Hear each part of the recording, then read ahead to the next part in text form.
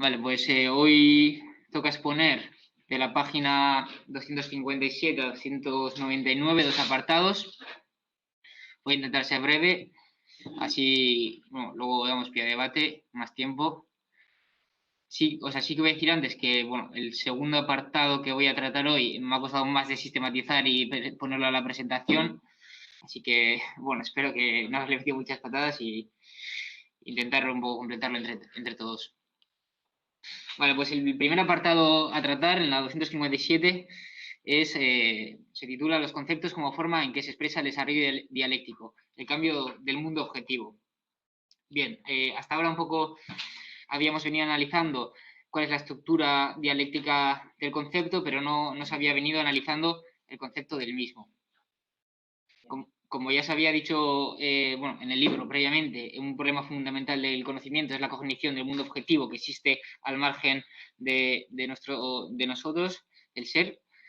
Y este problema fundamental del conocimiento aplicado al concepto es el que intenta resolver este apartado que Rosenthal plantea la pregunta que va a resolver ahora, que es que si cabe expresar en los conceptos pues esa movilidad, la variabilidad de la realidad efectiva, captar las infinitas transiciones y transformaciones de la misma. Y eso es lo que va a intentar dilucidar en este apartado.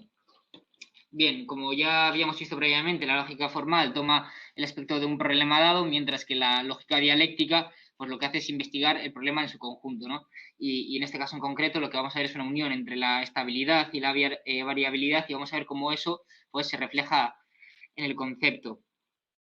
Bien, empieza explicando cómo la filosofía idealista del siglo XXI, del siglo XX, perdón, me he colado, fue luego puesto el siglo XXI otra vez, del siglo XX, pues lo que hace es dar ante una contradicción, ve los polos opuestos y le da valor absoluto a una de las dos cuestiones, tanto a la estabilidad una corriente como a la variabilidad la otra. Y bueno, ahora vamos a ver cómo las dos pues llegan a conclusiones que son erróneas. Bueno, esta corriente filosófica idealista del siglo XX, si generalizamos esos dos puntos de vista anteriores que hemos comentado, que generalizan los dos conceptos, podemos ver que dan respuesta distinta a si los conceptos pueden expresar una realidad cambiante o no. Por un lado, vemos esa corriente que admite el desarrollo, pero lo que hace es negar la posibilidad de expresarlo mediante conceptos, ¿no? Bueno, mientras que por el otro lado, la otra corriente idealista lo que hace es todo lo contrario, que es dar un valor absoluto al reposo y los conceptos como sólidas formas de interés de la vida. El exponente de la primera corriente es Henry Bergson, este señor que vemos aquí, y mientras que la otra es el neokantiano Heinrich Rickert, que es este señor con barba de la derecha. La primera corriente idealista es la que dice que los conceptos son útiles para objetivos prácticos, ¿no? Pero solo es capaz de reflejar pues, lo discontinuo y no es capaz de expresar esos nexos del movimiento. Pero esta concepción del movimiento que da esta corriente idealista lo hace, o sea, esta corriente idealista no lo hace con una concepción acertada del movimiento, sino que dice que el movimiento se da en la conciencia del hombre, ¿no? Que es esta personalidad pensante la que pone en movimiento pues todo este mundo muerto que no se mueve, que es esta la que lo pone en movimiento. Y dice que este movimiento pues precisamente excluye esa estabilidad, esa discontinuidad. Y como vemos, pues bueno, hay una visión totalmente idealista de lo que es el movimiento. Si ambas corrientes, que no lo he comentado antes, pues bueno, son distintas en torno a estas generalizaciones, en lo que coinciden son pues precisamente en su carácter antimaterialista. Mientras que la otra corriente, pues bueno, que es representada por Heinrich Rickert, lo que hace es criticar a Bergson por negar los conceptos, ¿no? Con los que dice que sin los conceptos pues no habría ni filosofía ni ciencias naturales. Lo único que renuncia a la investigación de la vida real porque dice que no son objetos pues ni precisamente ni de la filosofía ni de las ciencias naturales. Y hace una contraposición entre lo que es la vida y lo que es el pensar acerca de la vida, y dice que aquello que es variable, aquello que es cambiante, pues que por lo tanto no es esencial y no debe ser objeto de estudio, ¿no? Dice que lo esencial, lo que tiene que estudiar esta corriente, dice que es lo inmóvil, y por eso le da cierto valor al reposo. Lo que vemos con ambas con ambas corrientes es que llegan a la misma conclusión común. Es que la vida y los conceptos lógicos de la vida en desarrollo y cambio son incompatibles, cada uno desde su punto de vista. El primer punto de vista lo que hace es negar los conceptos en nombre de la concepción idealista del cambio, porque los conceptos, según la primera corriente, solo pueden ser inertes. Entonces hay un reconocimiento de la variabilidad y un rechazo de los conceptos, mientras que la segunda, en nombre de los conceptos inertes, niega la vida real y busca, pues eso, el mundo de las formas inmóviles. Lo que hace es absolutizar esa estabilidad, esa zona donde no hay proceso, donde no hay nexo, y reconoce los conceptos. En definitivas cuentas, a lo que llegan ambas desviaciones, bueno, ambas absolutizaciones, es a que los conceptos constituyen la esfera del reposo, de lo invariable, de lo dado de una vez y para siempre, ¿no? Eso es en lo que coinciden ambas ramas. Luego veremos pues, la respuesta que da la lógica dialéctica a este problema. Luego, los idealistas contemporáneos pues, no entran a responder esta cuestión, simplemente reducen los conceptos a formas puramente lingüísticas, como bueno, ya lo menciona anteriormente Rosenthal. Voy a entrar un segundo a ver si alguien ha puesto algo, si hay problemas.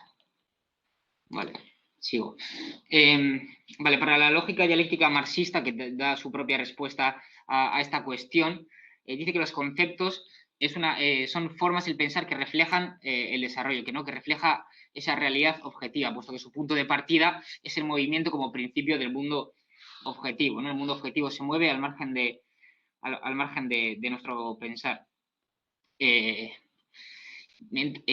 mientras que bueno, el idealismo contraponía, como hemos visto, la estabilidad y la variabilidad de manera metafísica, lo que hace esta corriente, bueno, la corriente dialéctica marxista es pues eso, mirarlas de manera dialéctica contradictoria, pero en su unión. Y dice que para entender esto, para entender la concepción dialéctica, es necesario tener en cuenta tres cuestiones. La primera es que entre la variabilidad y la estabilidad existe una unión. Que una cosa es estable durante cierto tiempo, pero se van acumulando cambios cuantitativos. O sea, por ejemplo, pues una persona, ¿no? Una persona, podemos decirlo que durante, si la vemos así de manera reducida, durante un cierto periodo de tiempo es la misma persona, la misma cosa estable, pero se van acumulando ciertos cambios cuantitativos, ¿no? Pues aumento, yo qué sé, de masa, crecer, un montón de cuestiones. Dice Rosenthal que es importante ver que tanto la estabilidad y la variabilidad hay que verlas desde un punto relativo. Esto luego vamos a ver en qué se expresa concretamente, pero hay que verlas desde un punto relativo. Lo que en un momento puede ser estable, realmente está inmerso en un proceso de cambio y al revés. Bueno, luego, la segunda cuestión a tener en cuenta es que la estabilidad y la variabilidad son expresiones universales de la contraposición de las cosas y que la negación recíproca de sus formas llega a su culminación con un cambio cualitativo.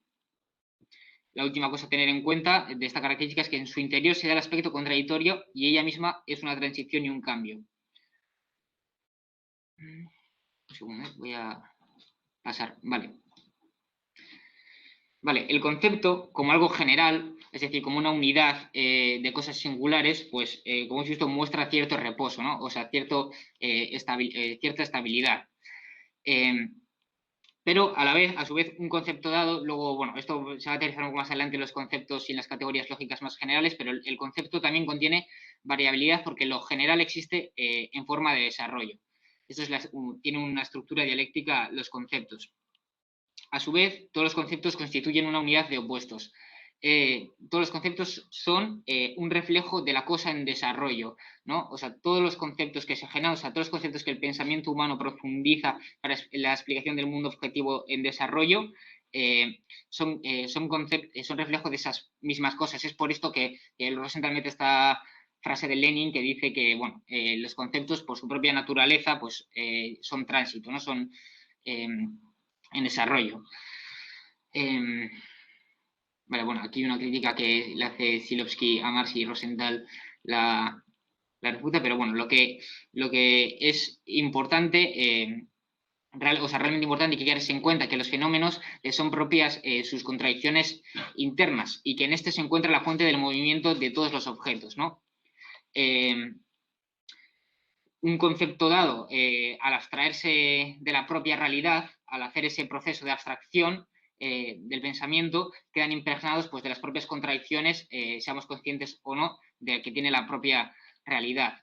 Por ejemplo, Titlovsky más arriba ponía los ejemplos del día y la noche, y Rosenthal aquí explica cómo el día y la noche son dos conceptos que solo tienen sentido si se explican porque presuponen su contrario, porque el día presupone que no es de noche y que va hacia el tránsito de noche, o sea, y bueno, en cambio, en concreto pone el ejemplo de, bueno, que hay quien podría decir que de día es cuando pega el sol, ¿no? Pero a su vez también de día podría ser cuando, pues, cuando no le pega la luz de la luna al día. Que el concepto, los conceptos se definen a través de su propio contrario. Esto también va a tener relevancia en el siguiente apartado que vamos a ver. Voy a entrar un segundo a la aplicación, a ver si alguien ha puesto algo. Vale, luego también hace, bueno, por seguir con esta idea, hace un análisis del concepto de la igualdad debido a su relevancia social, dice él, ¿no? Y dice que este concepto mismo, como cualquier otro, es imposible investigarlo al margen de sus propias contradicciones inherentes a ese concepto y a esa realidad, ¿no? Dice que bajo el capitalismo, pues la igualdad, existe esa igualdad formal, esa igualdad formal, pero que tiene una indisoluble unión a una desigualdad real, ¿no? Hay una igualdad formal para poseer medios de producción, para poseer fábricas o no, pero a esa igualdad formal es inherente pues, una realidad en la que la gente no posee medios de producción, solo tiene su propia fuerza de trabajo para venderla, etcétera.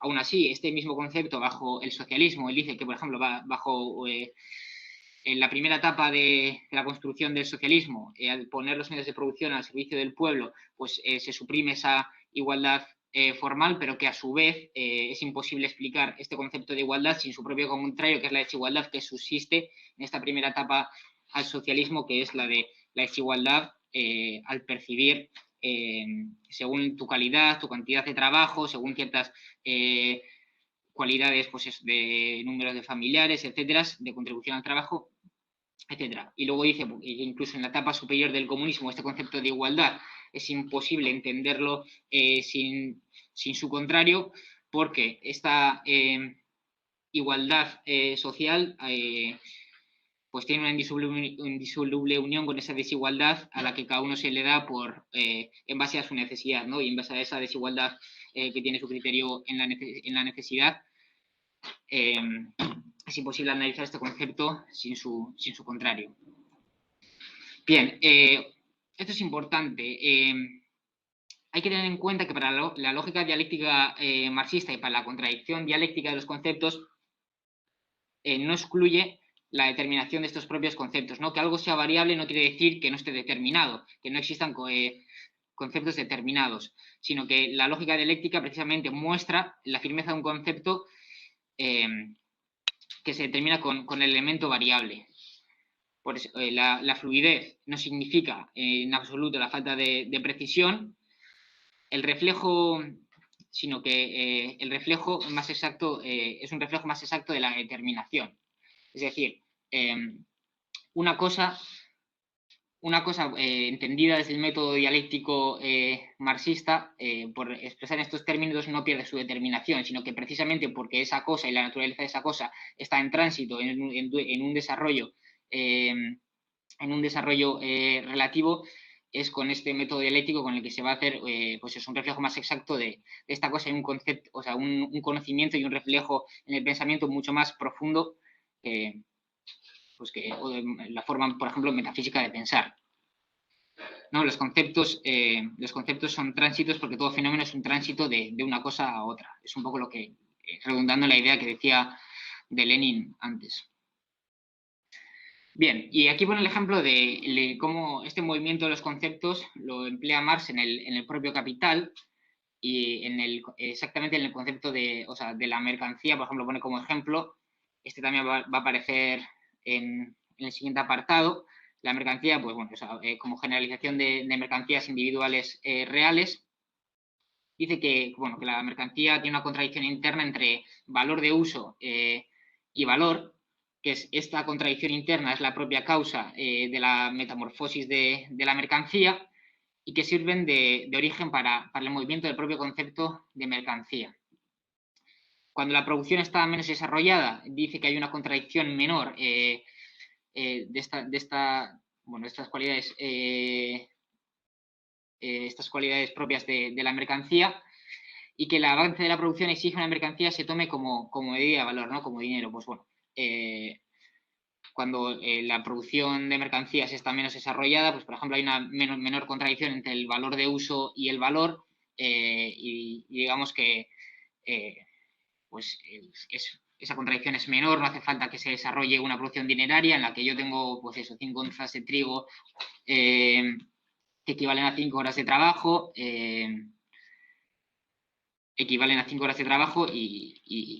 sea, es mucho más fácil intercambiable con, pues eso, en estadios pues mucho inferiores al desarrollo. Aquí me lío un poco, pero... vale, no sé si sigo, iba a terminar esta parte, pero igual hago la siguiente también. No hemos hecho siempre intención. No sé si alguien ha puesto algo por el grupo.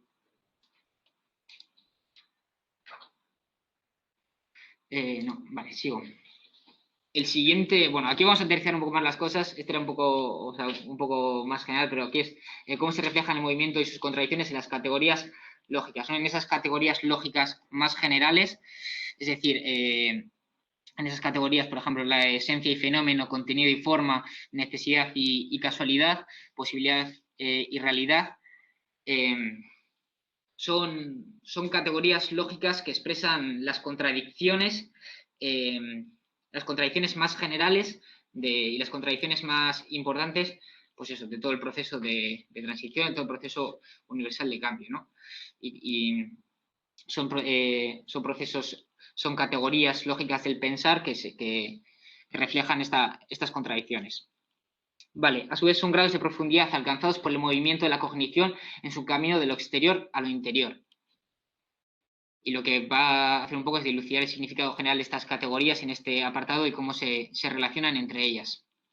Bien, aquí hay 3 cosas a tener en cuenta antes de empezar a hacer el análisis, a ver cada pareja de contradicción, que es muy importante y que Rosenthal no deja de repetirlo, aunque esté analizando en concreto el contenido y la forma, pero que estas cosas hay que tener en cuenta en todo el análisis, ¿no? Dice que las categorías lógicas reflejan determinadas formas del ser, sus contradicciones y sus tránsitos, que expresan las contradicciones más típicas de la realidad. Bueno, esto ya lo he comentado antes, pero se repite. ¿Y de qué modo reflejan estas contradicciones? Pues bien, las reflejan ligadas a otras categorías, ¿no? Se expresa a su par y es esta unión de estas 2 categorías lógicas la que expresa precisamente el carácter contradictorio de la misma y cómo va a poder dar respuesta a un proceso contradictorio de la realidad, ¿no? Cada una de ellas presupone la otra, como vamos a ver cuando analicemos cada una. No, aquí, por ejemplo, pues un ejemplo, pero bueno, como vamos a entrar luego, no lo voy a explicar tampoco, el de no hay necesidad sin casualidad y viceversa, ¿no? Bueno, otra cosa a tener muy en cuenta en todas las cuestiones es que las contradicciones fijadas no son muertas, sino movibles, pues precisamente eso, porque son reflejo de procesos reales. Luego vamos a ver cómo se aterriza esto. Y que por último, no hay una diferencia absoluta entre las categorías, ¿no? Aquello que en un momento dado puede ser una causa, en otro momento dado puede ser una consecuencia. Hay que pensar con categorías flexibles, no con categorías muertas, ¿no? Las categorías no son unívocas, no hay una causa estática y por lo tanto una consecuencia. Es unívoca si la extraemos de todas las demás procesos universales a los que no están conectados, ¿no? Si le doy una patada a un balón, pues el balón va hacia adelante. Pero vemos que en conexión con todas las demás fenómenos, con todas las demás contradicciones, pues ninguna categoría lógica es unívoca. Bien, empezamos a analizar la categoría causa-efecto. que son categorías universales aplicables a todos los fenómenos de la naturaleza, pero como hemos explicado previamente, pues son también categorías lógicas que deberían aplicarse a todo método de investigación. Aquí ha habido una negación precisamente de estas categorías y de causa-efecto por los físicos idealistas, que precisamente, pues eso, reconocen esta causa en los macroprocesos, por ejemplo, el que he puesto antes, ¿no? Yo le doy una patada a un balón y el balón sale en adelante, pero que dicen que para los microprocesos no opera esta causa-efecto, ¿no? Que solo... por ejemplo, aquí ponen el ejemplo de la bomba, estos dicen que una bomba común puede determinarse su alcance, puede determinarse hasta dónde va a llegar si erosiona, pero que en cambio con una bomba atómica no es determinable y que por lo tanto esta causa-efecto no opera porque no sabemos hasta dónde va a llegar esa bomba atómica o qué efectos va a tener. Y entonces, esta tiene una consecuencia lógica el pensar de este modo, que dice que la causalidad, si estoy diciendo casualidad, perdón, no me quiero liar, pero causalidad, que la causalidad solo opera cuando está la necesidad. Y aquí Rosenthal, pues bueno, niega esto completamente. Dice que aquí hay una confusión entre distintas categorías lógicas, entre causa, efecto y necesidad, y que, como bien dice Engels, pues es imposible pensar sin las categorías lógicas, hay que estudiarlas correctamente y ver cómo se relacionan. Y como vamos a ver, pues esto es completamente falso, ¿no? No podemos decir que las cosas no tienen causa. Una cosa es que no conozcamos las causas de esos procesos, pero que esas causas, aunque no las conozcamos, existen, pues es una realidad innegable. Bueno, aquí pone eso, que toda conexión causal no es necesaria, como decían estos físicos idealistas, porque bueno, una conexión causal puede ser probable, sin ir más lejos, ¿no? Luego vamos a ver la diferencia entre probabilidad y lo que es necesario, pero por ejemplo el ejemplo que pone Rosenthal de la bicicleta, pues el atropello de un transeúnte con una bicicleta puede tener su causa y no se presenta, ¿no?, como una realidad necesaria, sino como una realidad probable. Aunque toda necesidad, pues por supuesto sí que tiene su conexión causal. No sé si voy muy rápido. ¿Voy a ver si han puesto algo? Vale, siguiendo causa-efecto, es algo que he explicado un poco antes por encima, pero bueno, aquí sí que es importante esta idea que la conexión entre causa-efecto solo es unívoca si se considera la margen de la conexión universal de los fenómenos, ¿no? Es decir, que causa y efecto solo va a ser causa y efecto de determinada manera si se hace, bueno, se prescinde de todas las categorías lógicas, de con qué están relacionadas todas las demás categorías lógicas con las que están relacionadas y todo el proceso de desarrollo en el que esos propios cambios y esa realidad pues se mueve y se desarrolla, ¿no? Y que la relación verdaderamente causal, en el fondo, pues hay que tenerla en cuenta en su interacción universal en todos los procesos. Claro, cada más complejo sea la forma del movimiento, pues más complejo va a ser la conexión causa-efecto, pues mismamente el de la bomba atómica, ¿no? El de los microprocesos, aunque eso lo voy a decir ahora, ¿no? En los objetos atómicos, la causa-efecto dice que porque no desaparece, ¿no?, sino que se expresa a través de la probabilidad. Hay una expresión del movimiento pues muchísimo más compleja, ¿no? Pero dice que esto de que aparezca como probabilidad en los microprocesos, pues no se da únicamente en este campo, ¿no?, sino que, por ejemplo, en otros campos, como el campo económico, pues también se da, o sea, también esta causa-efecto se expresa como probabilidad, como por ejemplo es en el campo económico, pues donde el valor de una mercancía podríamos determinarla como la causa y el precio de la misma mercancía que va a tener, pues es su efecto, ¿no? Aunque bueno, hay una expresión, probabilidad del precio, porque precisamente ese precio en el mercado puede aparecer oscilando por encima o por debajo del valor, de ese valor socialmente necesario que ha necesitado para producir, para producirse, ¿no? O sea, en su interconexión, como decíamos antes, no de manera unívoca, en su interacción universal con el proceso del mercado complejo, pues va a hacer que ese precio se presente eh, como probabilidad, sin que eso sea una negación pues, de esta categoría causa-efecto. Sin embargo, tampoco hay que olvidar, porque en este caso en concreto, pues por ejemplo, también la casualidad pues tiene un papel relevante, ¿no? El tiempo que determinadas mercancías hayan estado para producirse más que otras, el número de las mismas, pues bueno, la demanda que en cierto caso pueda haber sobre esas mercancías, etcétera, un montón de cuestiones. Y bueno, ahora que hemos dado pie a la casualidad, pues vamos a ver las categorías necesidad, casualidad. Esta no tiene tantos dibujitos, este PowerPoint. Y bueno, un poco, o sea, aquí pongo lo que es una unidad de contrarios entre necesidad y casualidad, algo que ya comentábamos al principio, que no tenemos que olvidar, esas cosas generales que comentábamos antes.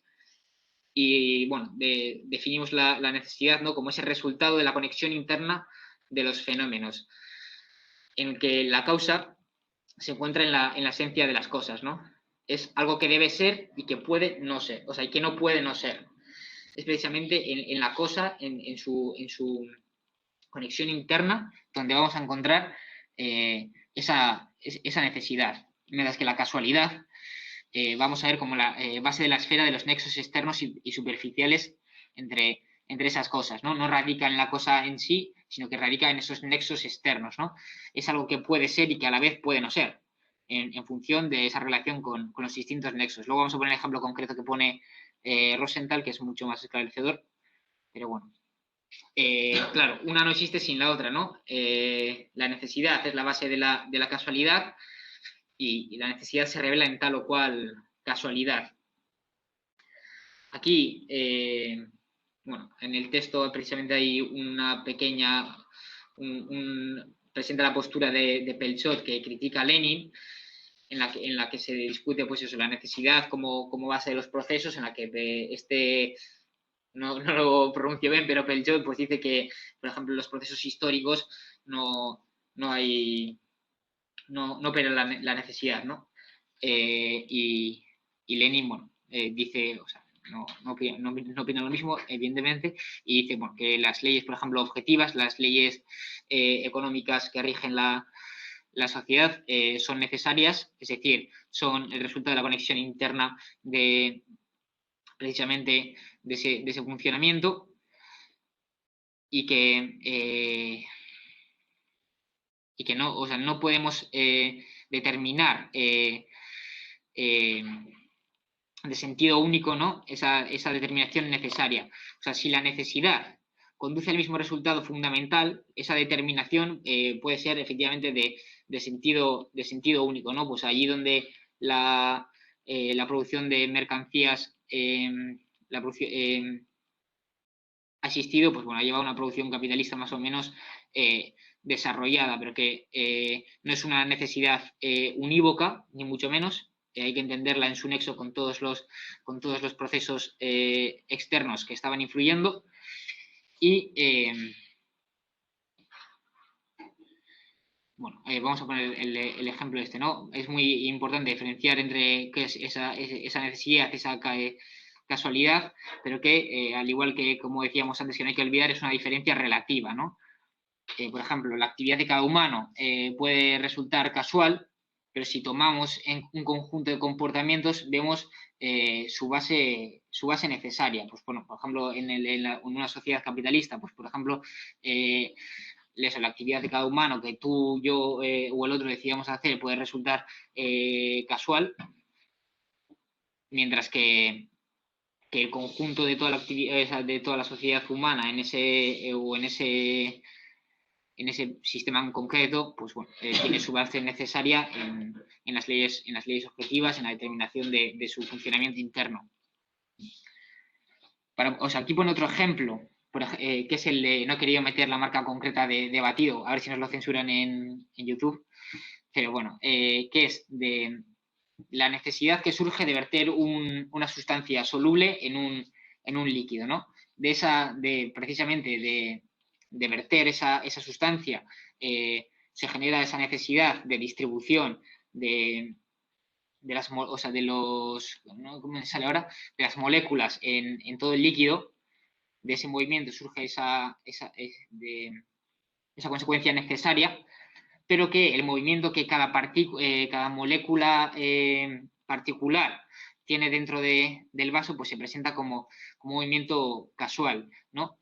Pero el conjunto de todos ellos pues, nos lleva a un resultado necesario pues eso, de disolución de todas las moléculas precisamente en ese líquido. Y es una necesidad que surge de puras casualidades, ¿no? O sea, es decir, de la relación que tiene esa pequeña molécula de Colacao con las otras en su interacción con las otras, en su choque, en su propio movimiento, en una serie de procesos casuales. O sea, cada movimiento es unidad de lo necesario, aunque sea casual, ¿no? Hay una unidad, como vemos aquí en este proceso, dialécticamente contradictoria, es decir, en que un movimiento, distintos movimientos singulares casuales, pues pueden ser parte de un movimiento necesario general. Dice que de manera metafísica puede resultar sorprendente, sino que para la dialéctica no, pues puesto que ve la unidad en esta contradicción entre lo necesario y lo casual, y que no hay nada sorprendente. Bueno, no os asustéis ahora porque no vamos a leer esto. Voy a ver si ha puesto alguien en el chat. Esta unidad. Luego respondemos a la pregunta. No voy a leer esto porque esto eran 2 páginas. Bueno, si alguien luego lo quiere leer en YouTube va a estar parado. Pero son 2 páginas precisamente sobre la casualidad y la necesidad de que Engels escribe en la dialéctica de la naturaleza. Que yo creo que está bien leerlo. Es un libro, bueno, publicado en el 1841, que Rosenthal está todo el rato mencionándolo, así que bueno, me imagino que ya sabéis cuál es. Y si queréis leerlo, bueno, precisamente explica aquí cómo los metafísicos en esta relación de casualidad y la necesidad pues veían precisamente contradicciones irreconciliables, y que una cosa puede ser casual, pero no puede ser a la vez necesaria, ¿no? O sea, esto todo relacionado con procesos de la propia naturaleza y cómo le daban explicación unos u otros campos filosóficos o científicos. Luego, por otro lado, también critica un poco el determinismo absoluto, que dice que todo es necesario, que no existe la casualidad. Aquí también pone con ejemplos concretos de la naturaleza como no es verdad, así que bueno, lo dejo por si alguien quiere echarle un ojo.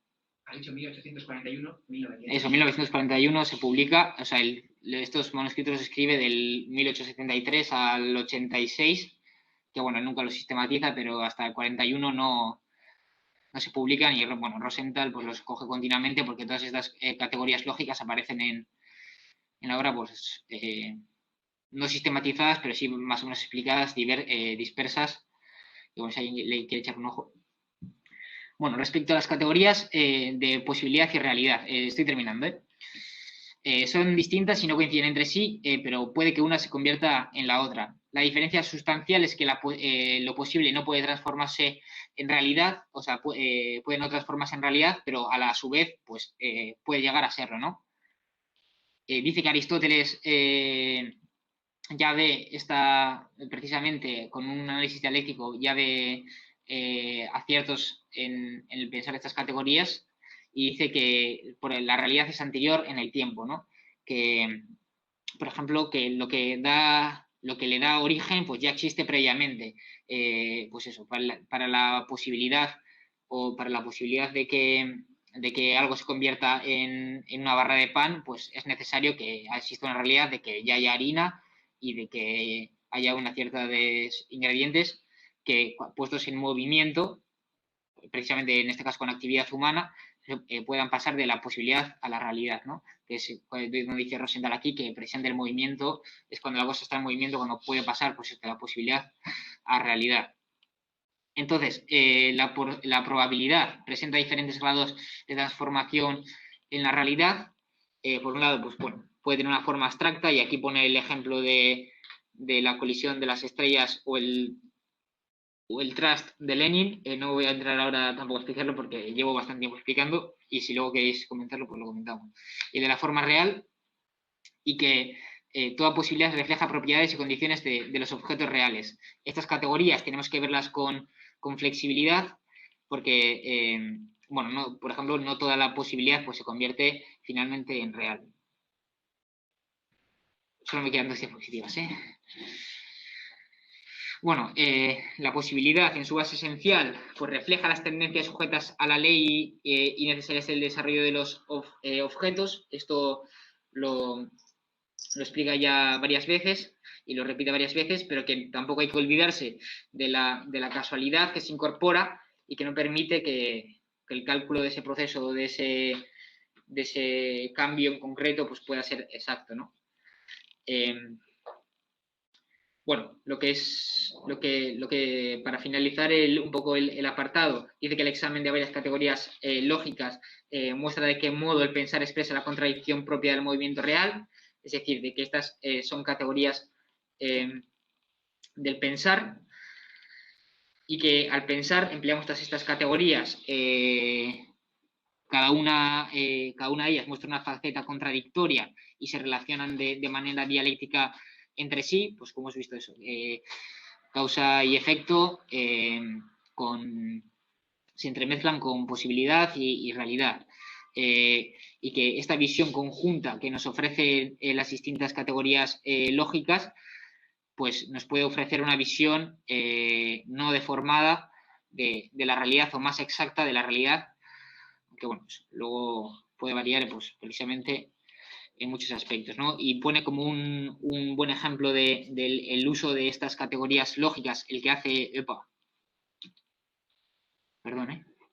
el que hace Marx en el Capital, que es bueno, un poco eso que decía Lenin, ¿no? Que Marx no deja una lógica, pero bueno, nos deja la lógica del Capital, y precisamente esta lógica dialéctica la que él usa constantemente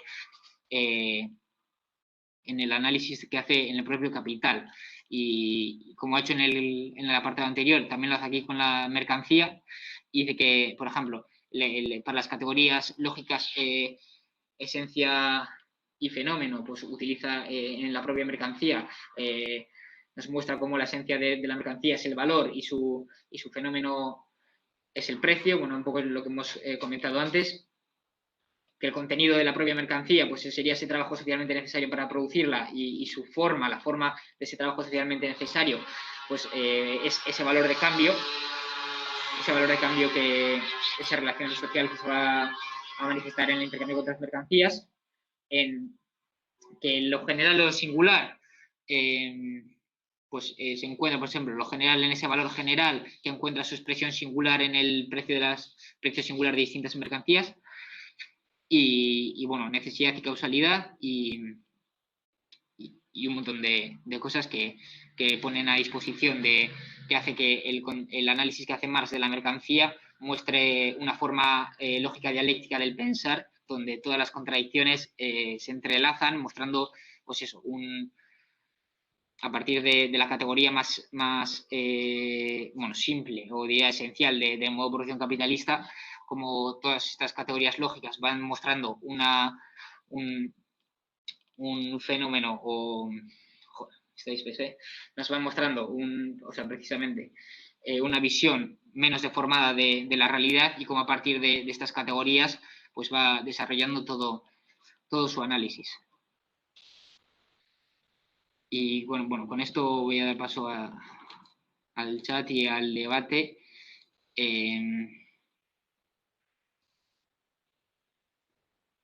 No sé si alguien ha hecho algo.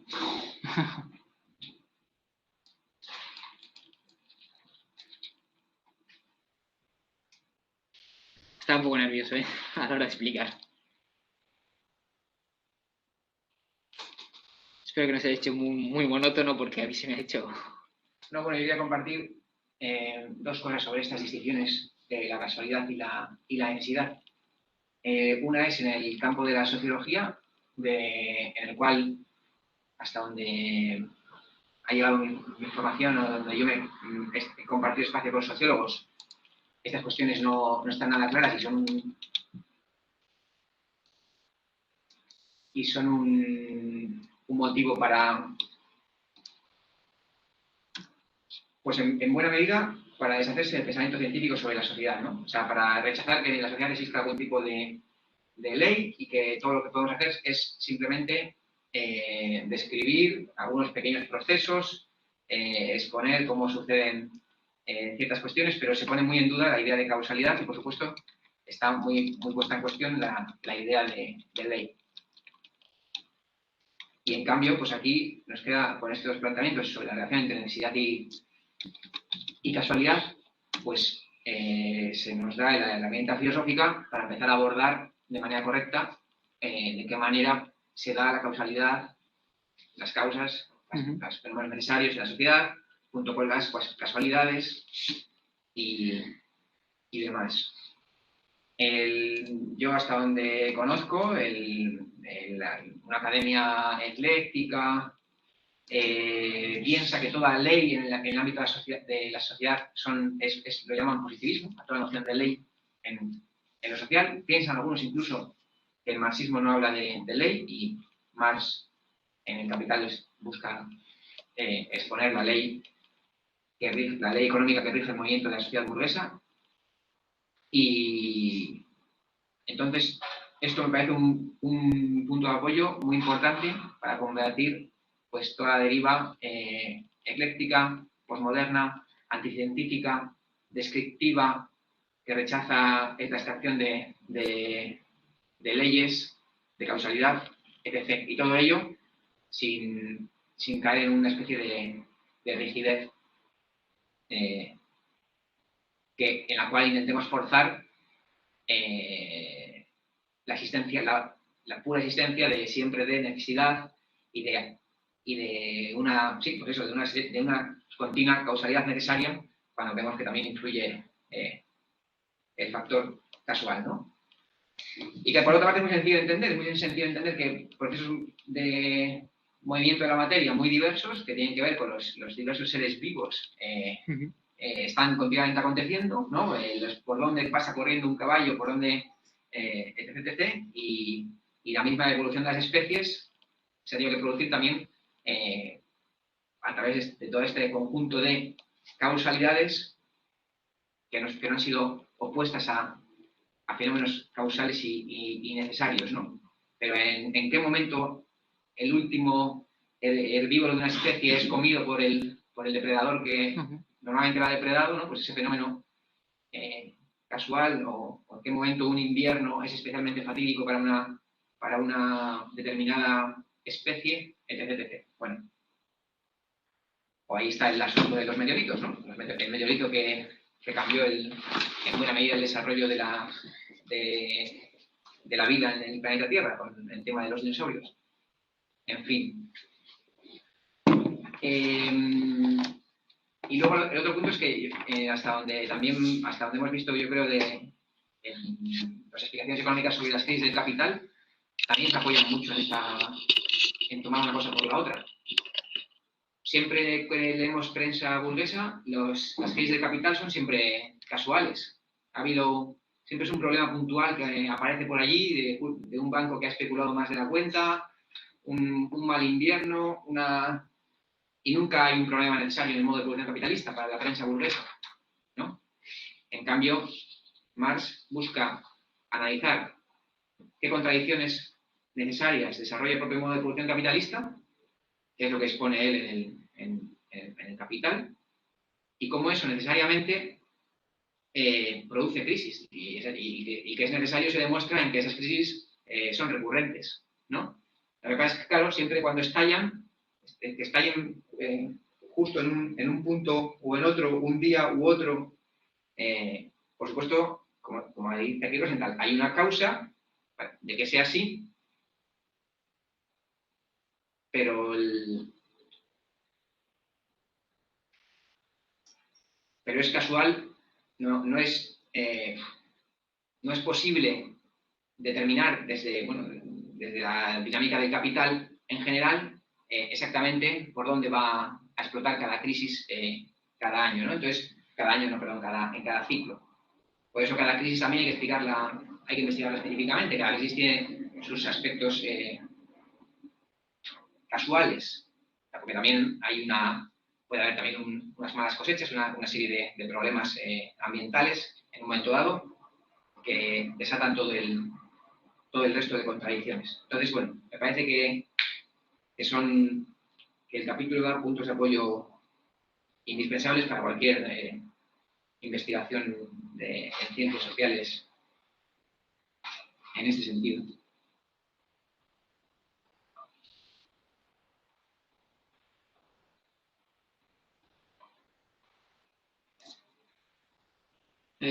Carles está levantando la mano. Adelante, Carles. Sí, gracias. No, solo un apunte muy rápido respecto a lo que comentaba David ahora de las crisis y las teorías de las crisis y cómo las concibe la prensa burguesa, pero bueno, no solo la prensa burguesa, porque notorios marxistas como David Harvey, pues tienen la misma concepción de las crisis económicas o muy cercana a las de la propia prensa burguesa, ¿no? Bueno, para empezar, no solo él, sino otros consideran que Marx no tenía una teoría de las crisis. Y en concreto Harvey, pues concibe las crisis como un cúmulo de contingencias de las que no se puede sacar pues ninguna ley, ninguna regularidad específica, ¿no? Y entonces hay que analizarlas y hay que contentarse con analizarlas cada una particularmente, ¿no? Y bueno, de ahí toda su retórica sobre las multicausalidades de las crisis y que, bueno, que no son concebibles en su aspecto regular y en su aspecto esencial, ¿no?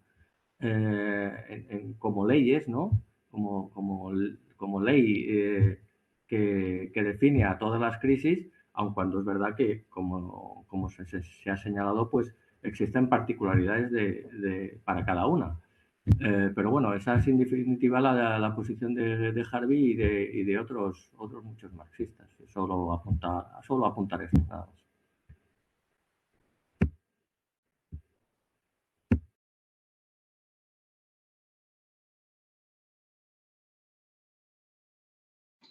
Adelante, Enrique.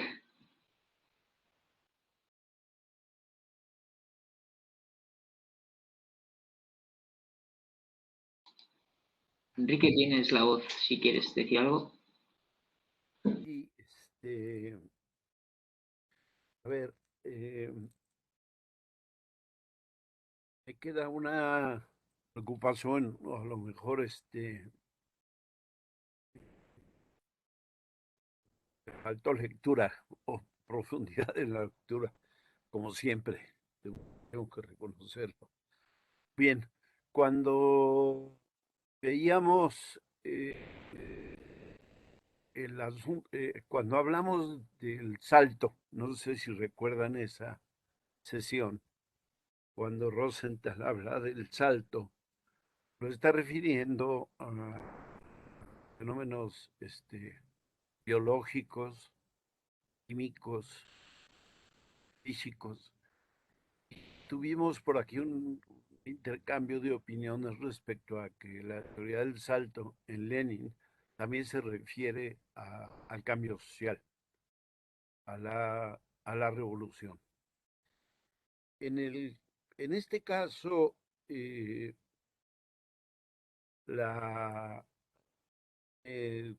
sea, tengo la duda de manejo de las categorías lógicas de necesidad y casualidad, así como de posibilidad y realidad para el cambio social, para la situación, ya no digamos para la revolución, sino para la situación revolucionaria. Y me parece que ahí entran otros factores que no sé si escapen a las formas lógicas. ¿A qué me estoy refiriendo? El mismo Marx habla de que en el manifiesto, cuando habla de la epidemia de la superproducción, refiere a que la sociedad se encuentra retrotraída a un estadio de súbita barbarie. En el mismo sentido, el mismo Marx menciona la crítica de la economía política, donde hace un esbozo metodológico muy leído, muy importante. Él habla de un momento dado como el conflicto, la lucha revolucionaria llega a límites que no pueden ir más hacia adelante. ¿A qué voy? La situación revolucionaria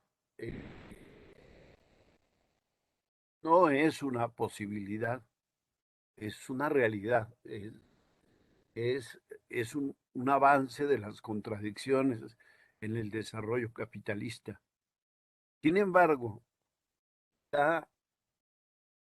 eso hace que la situación revolucionaria en su detección científica sea una posibilidad, pero no una, eso también una necesidad histórica, pero no es no lleva ni conlleva a un resultado necesariamente revolucionario.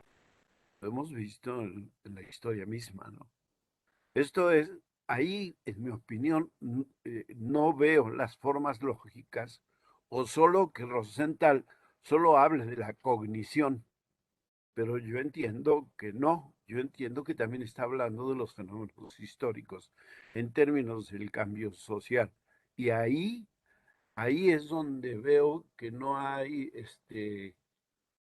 el manejo de cómo se da el fenómeno social, cuál es su camino, no sé si decía yo, si hay formas lógicas, por la posibilidad, porque también la contrarrevolución está ahí, y ahí entran factores, en mi opinión, que no son categorías lógicas, sino son objetivas. ¿Cuáles? El Partido Revolucionario, la agudización de la crisis, lo que mismo dice Lenin en un momento dado, de que los de abajo, los de arriba no pueden, los de abajo ya no soportan, ya no toleran esa situación. Entonces, sí, entiendo todo, creo que la explicación que da el compañero, que no sé cómo se llama, dice aquí, UNAI, coorganizador, me parece muy claro, me parece bien, muy bien. ¿O será que ahora pude leer mejor? ¿O será que el artículo o la parte es más sencilla o más accesible? Pero sí me brinca ese, o a lo mejor estoy metiendo un aspecto que no debíamos comentar. Gracias.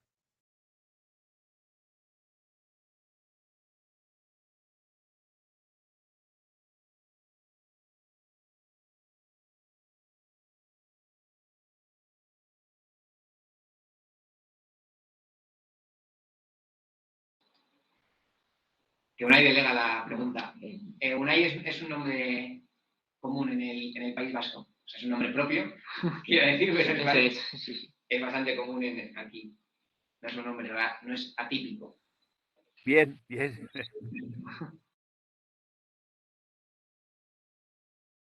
Que tener en cuenta el planteamiento que has hecho, Enrique, es que cuando estamos viendo las categorías de la lógica, porque son categorías que lo que miden, y esto está puesto en la página 275, o lo que tratan de reflejar son los grados de profundidad alcanzados por el movimiento de la cognición en su camino, del exterior al interior, en su camino de conocimiento.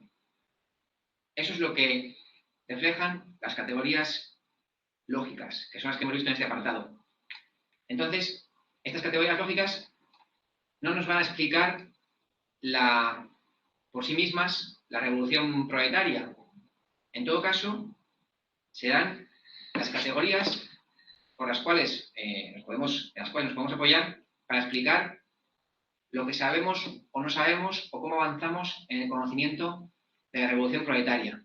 Entonces, como tú dices, si hablamos de procesos de revolución y de contrarrevolución, la categoría de partido, el partido de vanguardia, va a ser esencial. Pero aquí estamos en un plano de abstracción mucho mayor. Estamos hablando de cómo se conoce, cómo es el proceso de conocer en general, independientemente del proceso particular en el que estemos investigando, ¿no? Una vez que uno se introduce en un proceso particular, pues empiezan a ser necesario una serie de categorías sobre ese fenómeno en concreto.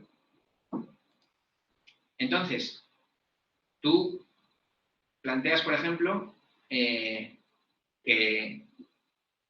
el propio proceso de las propias contradicciones del modo de producción capitalista engendran las condiciones de la revolución. Y en ese sentido, hay ya unos cambios efectivos, una serie de cambios efectivos. Ahí, es innegable. Aquí lo que está planteando Rosenthal con la cuestión de la posibilidad y la realidad es que, como sabemos, y esto lo sabemos quizás especialmente desde Lenin, que una revolución no se produce ni porque la vanguardia esté muy organizada, ni porque el proletariado esté muy convencido, sino que hace falta toda una crisis general en la cual, ya se sabe, ¿no? Las clases sometidas no quieran seguir viviendo como hasta ahora y las clases dominantes no puedan tampoco, ¿no? Y si en esa situación hay además un partido fuertemente organizado, pues es más probable que la revolución se desarrolle de manera de acuerdo a su necesidad. Pero el hecho de que en un momento dado haya una Primera Guerra Mundial y aumente las contradicciones y esté en crisis todo un país o toda una región del mundo, pues de eso, de una situación de posibilidad revolucionaria, de una situación revolucionaria a que se tome el poder, pues hay un montón de tareas que hacer, ¿no? Y entonces, a eso va la cuestión aquí de la posibilidad y de la realidad. Que, por supuesto, como solamente estamos hablando de una categoría de lógica, del pensamiento, y estamos hablando en general, pues con estas dos cosas no es más que el punto de partida para empezar a analizar cualquier proceso, pero no nos vale, no es suficiente. Esto no es suficiente. Esto solo nos sirve para saber que todo lo que existe está en movimiento, que lo que existe encierra una posibilidad y que con esa posibilidad se haga real, pues tendrá una serie de cuestiones que tendremos que en función de cuál sea el proceso, si en este caso estamos hablando del proceso revolucionario, pues tendremos que estudiar en qué puede consistir el trabajo de vanguardia, el trabajo organizativo, que pueda hacer posible en un contexto revolucionario que esa revolución sea organizada de la mejor manera posible, de la manera más eficaz, ¿no? Para tomar el poder. Pero con estas categorías no podemos resolver los problemas revolucionarios, solo empezar a afrontarlos correctamente, empezar. No sé si me explica, Enrique. Afrontarlos correctamente en cuanto a la relación entre el pensar y el ser. Ni siquiera en la relación entre el pensar y la organización comunista. Todavía esto no está en consideración. Simplemente entre el pensar y el ser, entre esa sociedad en crisis y lo que sabemos de ella. Y es solo el punto de partida para empezar a entender eso, lo que nos dan las categorías estas.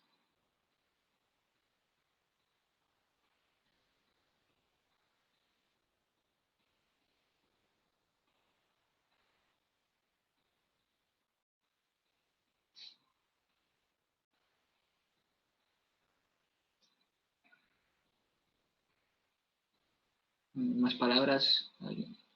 También cuando decía, bueno, una cosa muy rápida, cuando decía Carles la cuestión de la economía y eso, o sea, y el otro ejemplo es la medicina. O sea, la medicina, todos los médicos aprenden cómo funciona una serie de enfermedades, luego en un momento dado, incluso las enfermedades pueden estar combinadas, los síntomas no queda claro cuál es cuál, hay cuadros verdaderamente complejos, ¿no? Pero los médicos solamente consiguen afrontar un cuadro médico complejo en el cual hay varias afecciones afectando al paciente, porque conocen primero por separado lo que implica cada una de las enfermedades, los procesos que acarrea en general, qué puede ocurrir cuando se vinculan, cómo un medicamento implica otras cosas para una serie de órganos y qué consecuencias puede tener eso para el resto.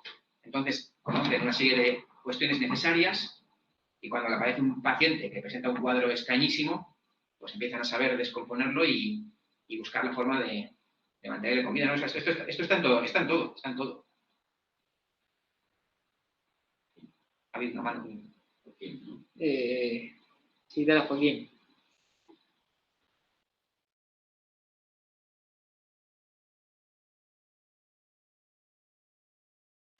Joaquín, adelante.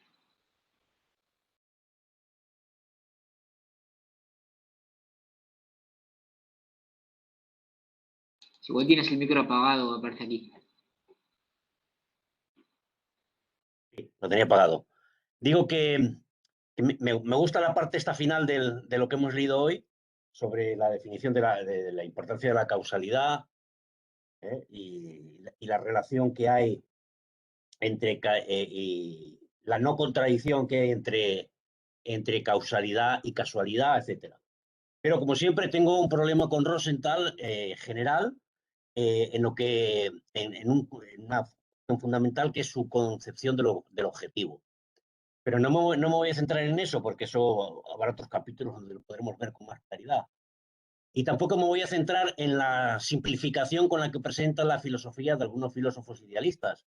Yo, la verdad, de Bergson he leído el libro de la risa y la historia de la idea de tiempo. El de la risa es muy interesante y además me parece que es mejor psicólogo que filósofo. Pero no es cierto que Bergson renuncia al concepto por la intuición. Lo que dice es que hay que abandonar los conceptos para dejarse influir por la intuición, que es una cosa que él sitúa en un espacio muy espiritual, para volver a los conceptos. Esa forma de simplificar al oponente para mejor contrarrestarlo no me gusta. Pero tampoco me parece eso lo más relevante, sino la idea de categoría lógica.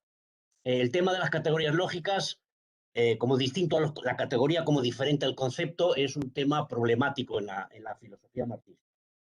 Pero se me vuelve más problemático si tengo que atender a las condiciones que pone Rosenthal de lo que tiene que tener una categoría. Para empezar, dice que la conjunción por pares de las categorías. Todas las categorías se presentan como pares. Casualidad, necesidad, determinismo, posibilidad, realidad.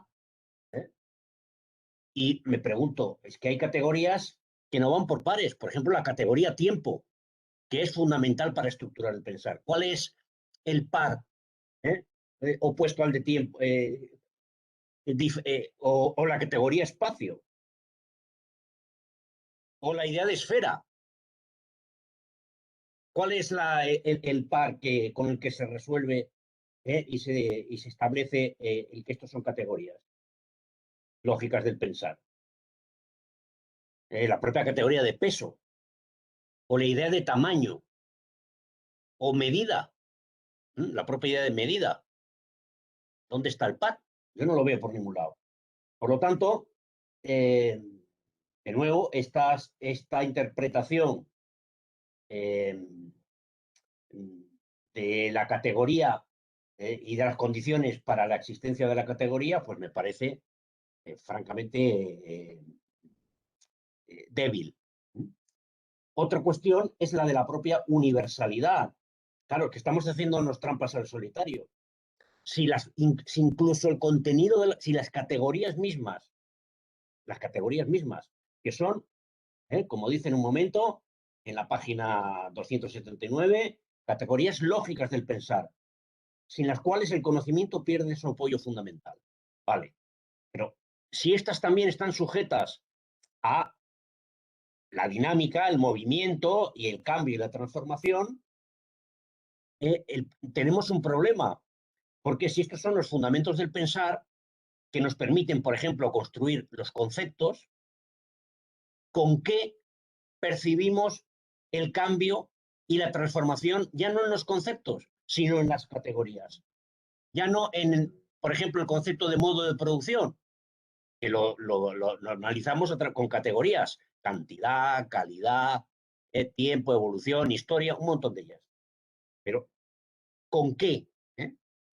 ¿Con qué, digamos, recursos reflejados en la mente, como dice Rosenthal, de la realidad objetiva, percibimos el cambio, el movimiento, no en los conceptos, sino en las categorías? Eso no está resuelto, no está explicado. Igual está explicado más adelante, no lo sé.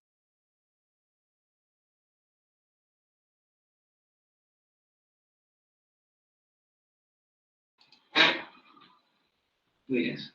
Bueno, yo voy a decir una percepción general, pero puedes contestar tú. O sea, yo creo que o sea, en este caso en concreto, y creo que emplea estas categorías lógicas, porque Rosenthal define en primer lugar que estas categorías lógicas son expresión de las contradicciones más universales y más, o sea, más generales de toda la realidad, y que tiene un grado de abstracción de esa propia realidad para el proceso del pensamiento, o sea, que nos permite analizar esa misma realidad. Lo que... Perdón, un segundo. Estoy buscando una cita en concreto. No, dale. Estoy buscando una cita en concreto. ¿Sobre qué? Sobre el tiempo.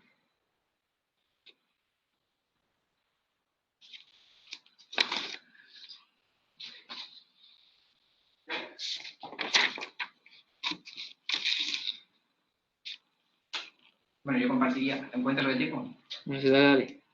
Que compartiría una cosa esencial, que es aquí en todo momento, en este apartado. Bueno, primero decir que de momento Rosenthal no nos ha, o si a menos que yo recuerde mal, no nos ha dado ninguna explicación de la diferencia entre categoría y concepto, ¿no? Creo que no ha hecho ninguna definición, no ha hecho ninguna distinción hasta el momento explicada, quiero decir. Pero en este apartado que comenta Joaquín, que aparecen las categorías por pares, las categorías lógicas, hay que decir que son categorías que explican el desarrollo del pensamiento. Entonces, la categoría esfera, por ejemplo, no explica el desarrollo del pensamiento, refleja unas propiedades físicas de un cuerpo. Pero todas las categorías que aquí se exponen, causa, consecuencia, necesidad, casualidad, contenido, forma, son del pensar, categorías del pensar, de cómo se mueve el pensar al relacionarse con el objeto que refleja, y entonces va encontrando en el objeto, va encontrando causas, va encontrando casualidades, encuentra la forma y analizando llega al contenido y ve los fenómenos casuales y encuentra los fenómenos necesarios. Pero son en todo momento categorías lógicas, por eso tienen por eso las pone continuamente como categorías de la lógica dialéctica, categorías sobre los grados de profundidad alcanzados por el movimiento de la cognición, conceptos generales que son objeto especial de la lógica dialéctica,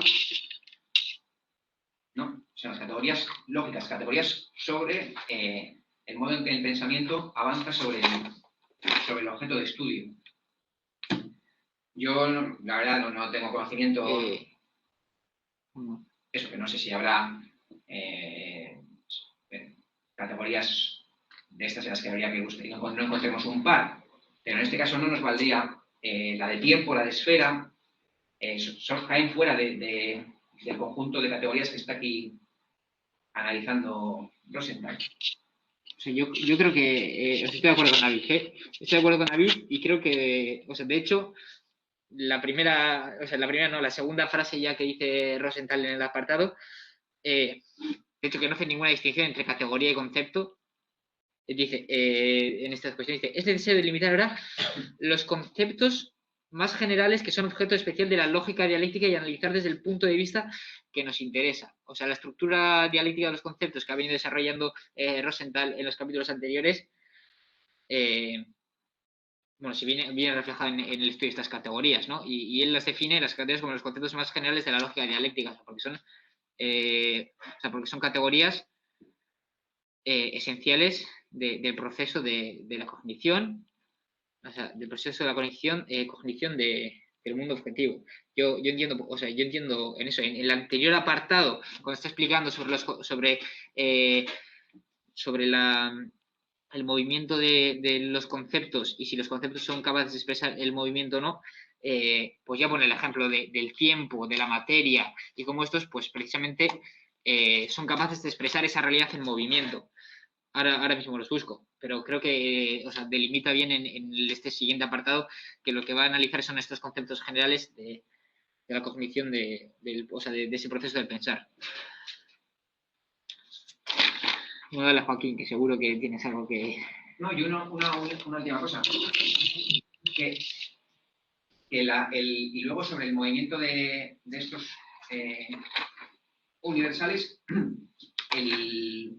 el propio Rosenthal, ahí en la página 281, 282, 280, por ahí, habla sobre el desarrollo de la física y de cómo, claro, el ser humano, a medida que se adentra en la comprensión de los fenómenos y entra en la comprensión de fenómenos más complejos, empieza a encontrar que por ejemplo, que la causa y el efecto operan de una manera mucho más compleja, ¿no? Entonces, por ejemplo, ahí es un punto en el cual se puede pasar de una causalidad mecánica, como existía en el siglo XVIII, a concebir que la causalidad es dialéctica, como descubrieron Marx y Engels, y encima que esa causalidad dialéctica puede estar sometida a una cantidad enorme de fenómenos que con el propio desarrollo científico se va enriqueciendo la categoría de causa, lo que es una causa, ¿no? Si en el siglo XVIII una causa es que una pelota golpea a otra y entonces la otra también se mueve, en el siglo XXI una causa es un fenómeno, puede ser un fenómeno o un conjunto de fenómenos muy complejos, ¿no? Ahí es donde, en mi opinión, en el desarrollo del pensamiento, en el avance del pensamiento sobre la realidad objetiva, es donde las propias categorías universales aumentan de complejidad.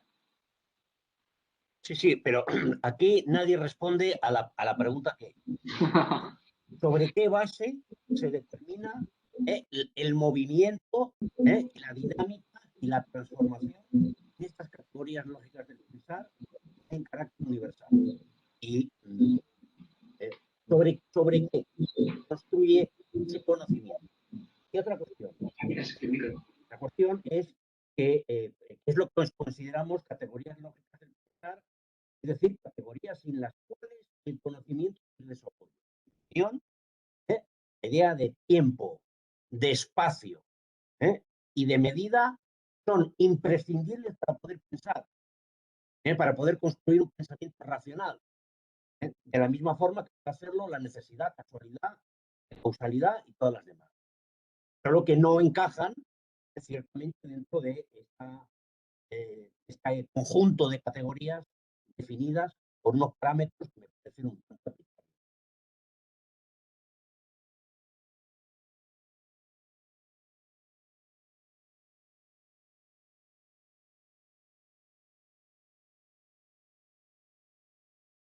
¿Lo has escuchado?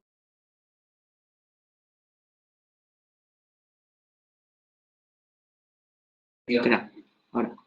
Lo último se ha entrecortado un poco, Joaquín, y yo el planteamiento primero tampoco te he terminado de entender. Lo que dices es que no se responde. Vamos a ver, todo el texto nos ha estado diciendo que los conceptos son una relación dialéctica entre estabilidad y movimiento. Los conceptos lógicos. Y que no vale la unilateralidad del idealismo, que solo se fija en la estabilidad del concepto, o el idealismo que solo se fija en el movimiento, olvidando el concepto. Vale. Pero si los conceptos son así, las categorías me imagino que también. Si toda la realidad está sujeta a cambio, movimiento y transformación, entonces las categorías lógicas universales imprescindibles para un pensar racional también estarán sujetas a la estabilidad, a la relación dialéctica entre estabilidad y transformación, estabilidad y movimiento. Pero si las categorías son las que nos permiten identificar esa relación dialéctica, el movimiento de los conceptos o la estabilidad de los conceptos, ¿con qué instrumentos lógicos podemos captar la relación entre estabilidad y movimiento en las categorías lógicas? ¿O estas son fijas y eternas en lo universal? Son metafísicas. La idea de necesidad, la idea de casualidad. Porque lo que nos dice es que en la realidad, o en determinados niveles de la realidad, se relacionan de forma distinta los factores de causalidad y de casualidad y de necesidad y de contingencia, vale, de acuerdo. Pero en sí misma la categoría lógica es eterna. Es permanente, es metafísica, es universal. Se está cortando. Inamovible a lo largo del tiempo. Se mueve.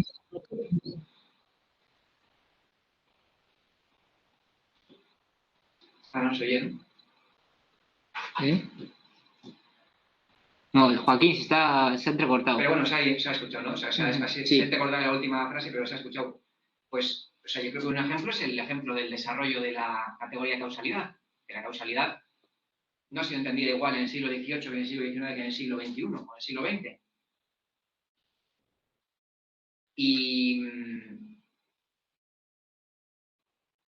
de todos modos, si entendemos que el desarrollo universal de la materia está concatenado, por lo tanto, todo tiene alguna causa, en ese sentido, la causa es universal, en ese sentido tan vacío de contenido. A medida que exploramos cómo son las causas de las cosas, pues la categoría de causalidad estará más enriquecida de lo concreto. Es igual que la materia. Pues la materia también, todo lo que existe en el mundo es materia en movimiento. Y eso es y será siempre así. Pero el contenido concreto de esa definición abstracta, pues también se desarrollará. Porque ¿qué es la materia? Una vez que se empieza a conocer la física cuántica, aunque sabemos que materia en sentido general es solamente lo que se opone a la conciencia, pues como categoría enriquecida por lo concreto, varía mucho de entender la materia como conjunto de partículas a entenderla como de forma pues, más compleja. Pero yo insisto en que la categoría de causa no es... ha estado sometida a desarrollo. Y el ejemplo que lo ponen Marx y Engels respecto a la causalidad mecánica del siglo XVIII y la causalidad dialéctica.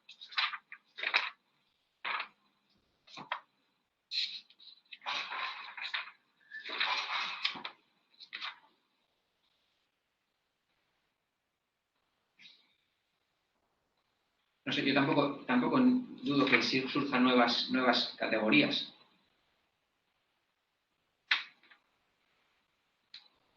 Hay una categoría que últimamente hay un psicólogo argentino que plantea que debe incorporarse al materialismo histórico, que es la categoría de información, y es un hecho que en la época de Marx, no sé si esto cómo se podía llegar a concebir, pero hoy en día es muy fácil cuantificar la información, cuántos bits son necesarios para reproducir cualquier cosa, ¿no? Desde una ameba hasta una sociedad como una sociedad burguesa, ¿no? Yo no rechazaría que el propio desarrollo del conocimiento fuese haciendo surgir nuevas categorías lógicas.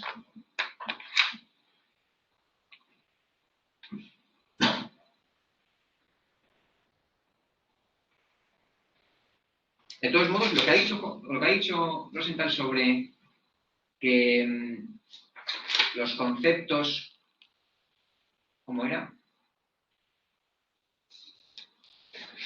Que los conceptos tienen una unidad entre estabilidad y variabilidad. Claro, eso se refiere a todo concepto, a todo, no solo a las categorías lógicas. Y las categorías lógicas están incluidas ahí.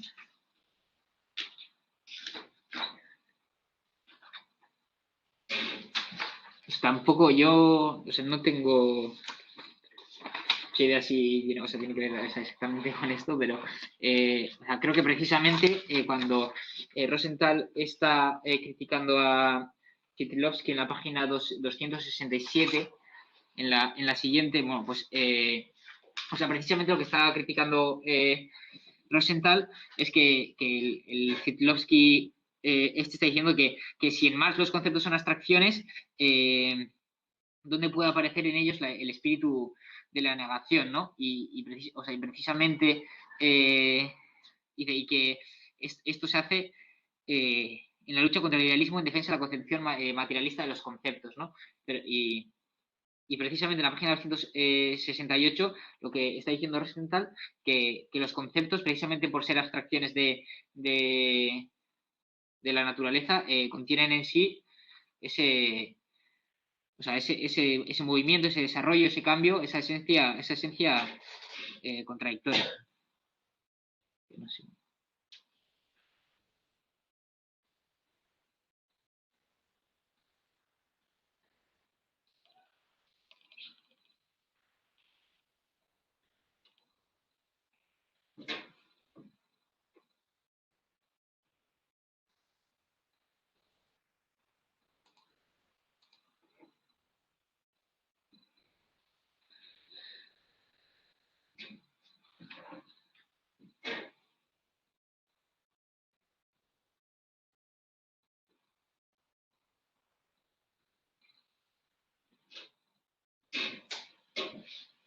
Bueno, no sé si alguien quiere decir algo o no.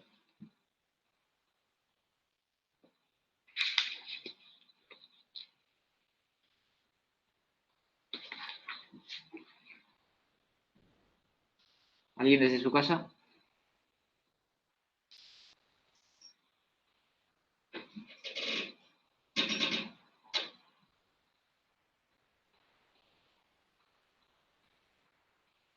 Yo quería compartir una cosa que me resulta extraña del texto, que es el señalamiento de la relativización del movimiento.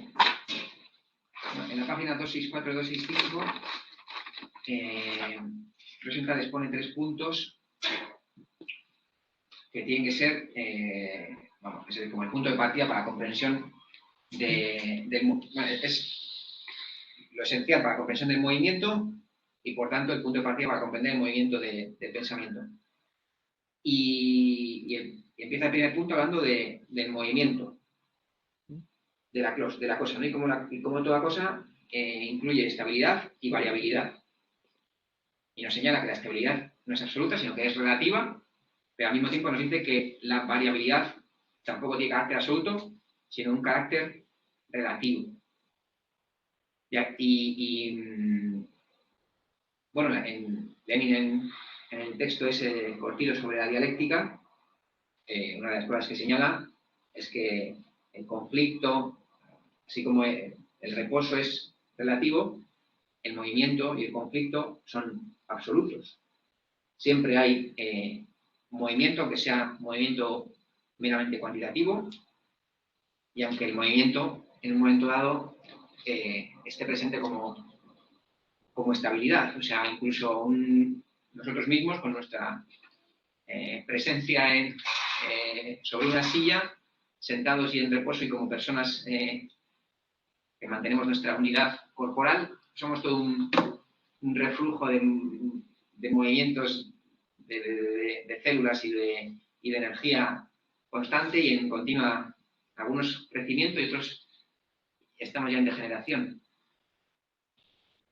El movimiento es absoluto, no es relativo, es absoluto, aunque en un momento dado se exprese como estabilidad. Un árbol está estable, pero está en movimiento.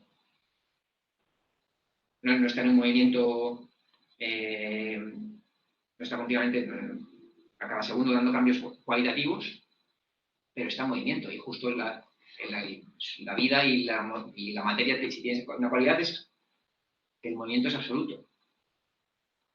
¿No se refiere a eso? No se refiere a eso. O sea, pero aquí lo que dice y viceversa, dado que el desarrollo no conduce ni puede conducir de golpe a una modificación cualitativa radical de la cosa, la variabilidad tampoco posee carácter absoluto, sino carácter relativo.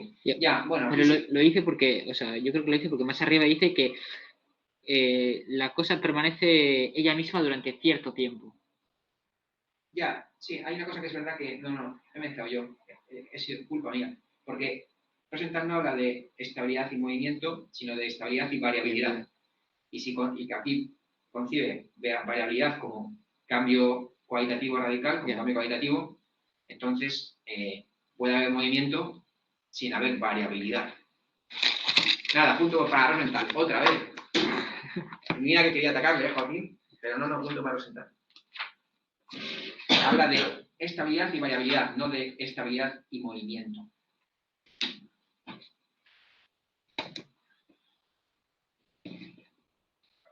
Variabilidad sin movimiento, eso es muy raro. Algo que varía sin moverse.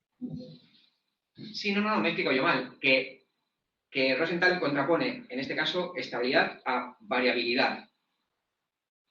Tanto en la estabilidad como en la variabilidad hay movimiento, pero cuando él considera que ha habido una variación, él está haciendo alusión a que ha habido un cambio cualitativo.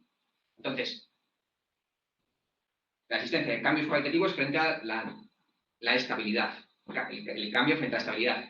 El cambio cualitativo frente a la estabilidad. Pero esos, ambos dos, por supuesto, la variabilidad se da con el movimiento, pero la estabilidad también. Entonces, puede haber el movimiento absoluto, aunque la variabilidad no sea absoluta. El árbol no está variando cualitativamente. En fin. No sé si me he explicado. Sí.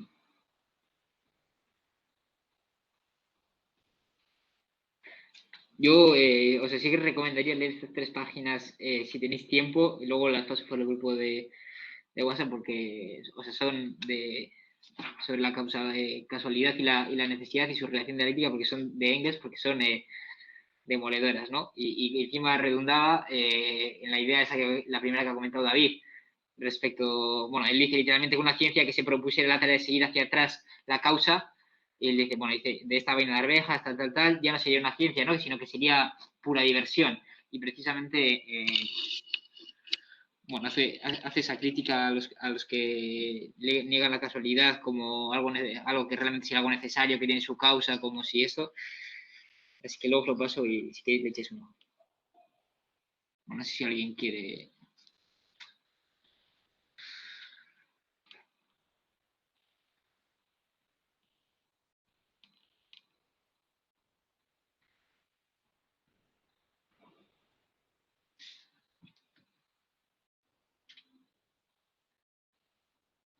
Y a mí también otro detalle que me ha parecido muy dialéctico y relevante, aunque Rosenthal como que en este caso lo da más por sentado y no lo desarrolla mucho, es que para hablarnos del movimiento de los conceptos, que es lo que empieza a hacer en la página 257, nos dice, hasta ahora hemos visto la estructura dialéctica de conceptos. El concepto tiene una estructura dialéctica y comprender esa estructura, ¿cómo lo llama él? Es una premisa para resolver el problema del desarrollo. Ujú. A mí hay una parte de la sociología marxista o marxiana que contrapone, por ejemplo, el análisis estructural de las clases con el análisis histórico de las clases, ¿no? Y aquí tenemos un ejemplo de cómo estructura y movimiento no son contradictorios, sino que la estructura en un momento dado es fruto del movimiento histórico, del movimiento. Y al mismo tiempo, si queremos explicar cómo se desenvuelve el conflicto de clases, pues tenemos que entender en un momento dado cuál es la estructura de esas clases, incluso pues, su relación, ¿no? Económica en un momento dado, aunque sabemos que eso viene de un proceso y se proyecta hacia adelante, de modo que para comprender la estructura de clases de una sociedad y el movimiento de esas clases en lucha son dos aspectos necesarios, ¿no? del estudio, no una contraposición.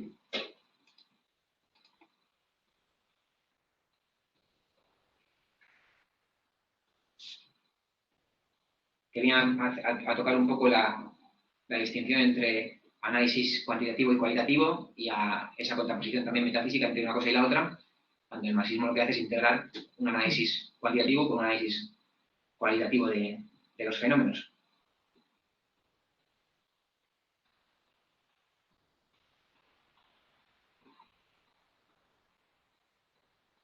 Yo cuando lo estaba leyendo estaba pensando en que muchos quebraderos de cabeza de tesis de sociología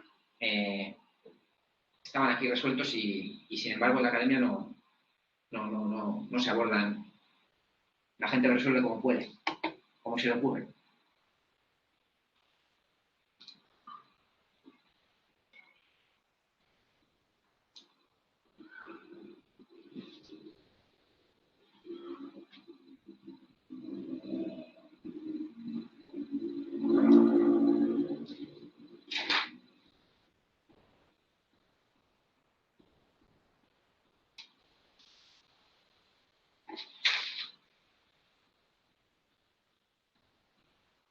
No sé qué más. ¿Vosotros no queréis aportar nada? No, si alguien en casa quiere decir algo, si no...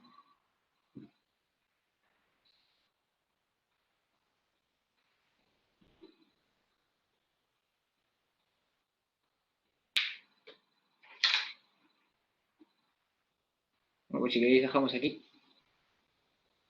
La siguiente sesión presenta a Diego, que son de las páginas 399 ¿a qué? No, son 300, perdona. Acaba el capítulo, ¿no? Eso es. Sí, los dos apartados que quedan, ¿no? Acabar el capítulo.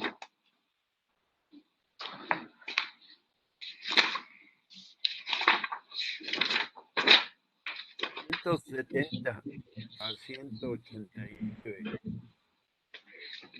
Por cierto, Joaquín, mira, ahora que viendo los títulos, el título 6, las categorías lógicas como formas del movimiento y la profundización del conocer, así que no sé si ahí vamos a ver.